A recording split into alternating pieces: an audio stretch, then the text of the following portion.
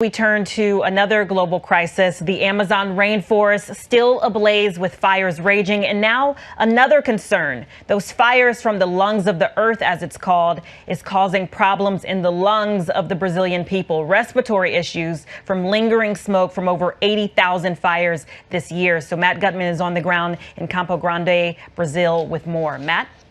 Hey, Kimberly, it rained a little bit overnight here, and it kind of dampened the fires in this area along the Bolivian-Brazilian border. But still, it's going to take a lot more rain. You can see how dry it is around us here. And the rainy season is still a couple of months away. That's the only thing, not firefighters, not tankers, that is going to be able to put out these tens of thousands of fires burning in Brazil right now. Now, one of the things that has been so frustrating to people who care about the Amazon and the Pantanal and all these incredibly important natural preserves in this country and in Bolivia and Peru and Ecuador is the bickering between President Bolsonaro of Brazil and European leaders. Bolsonaro lashing out at Europe after it pledged $22 million to help in the firefight, saying that he didn't like the way that the money was being offered, accusing French President Emmanuel Macron of colonialism by the way the money was offered, and his people saying, well,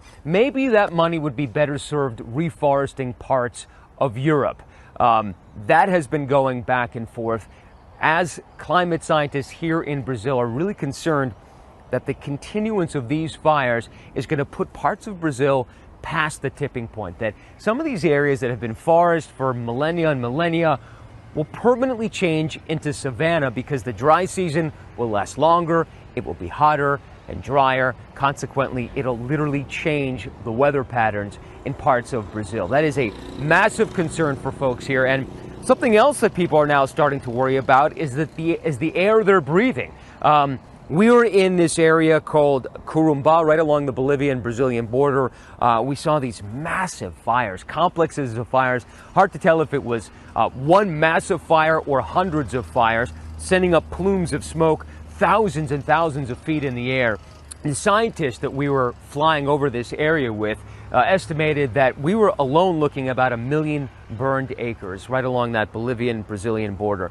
You can only imagine the amount of smoke put out. And in parts of Brazil, clinics and hospitals are reporting double or more than double the amount of respiratory problems for children because of all of this smoke. And that is something that Brazil is also going to have to contend with. We've been out here for a number of days also. Brazil has said it's deployed 44,000 troops. We haven't seen a single one. The vast majority of firefighters who are out here trying to protect villages or really essential places or places they can get to, those are all volunteers, most of the time just working with mats, what look like floor mats on the end of long poles, and these sprayers that look like bug sprayers to try to dampen the fire.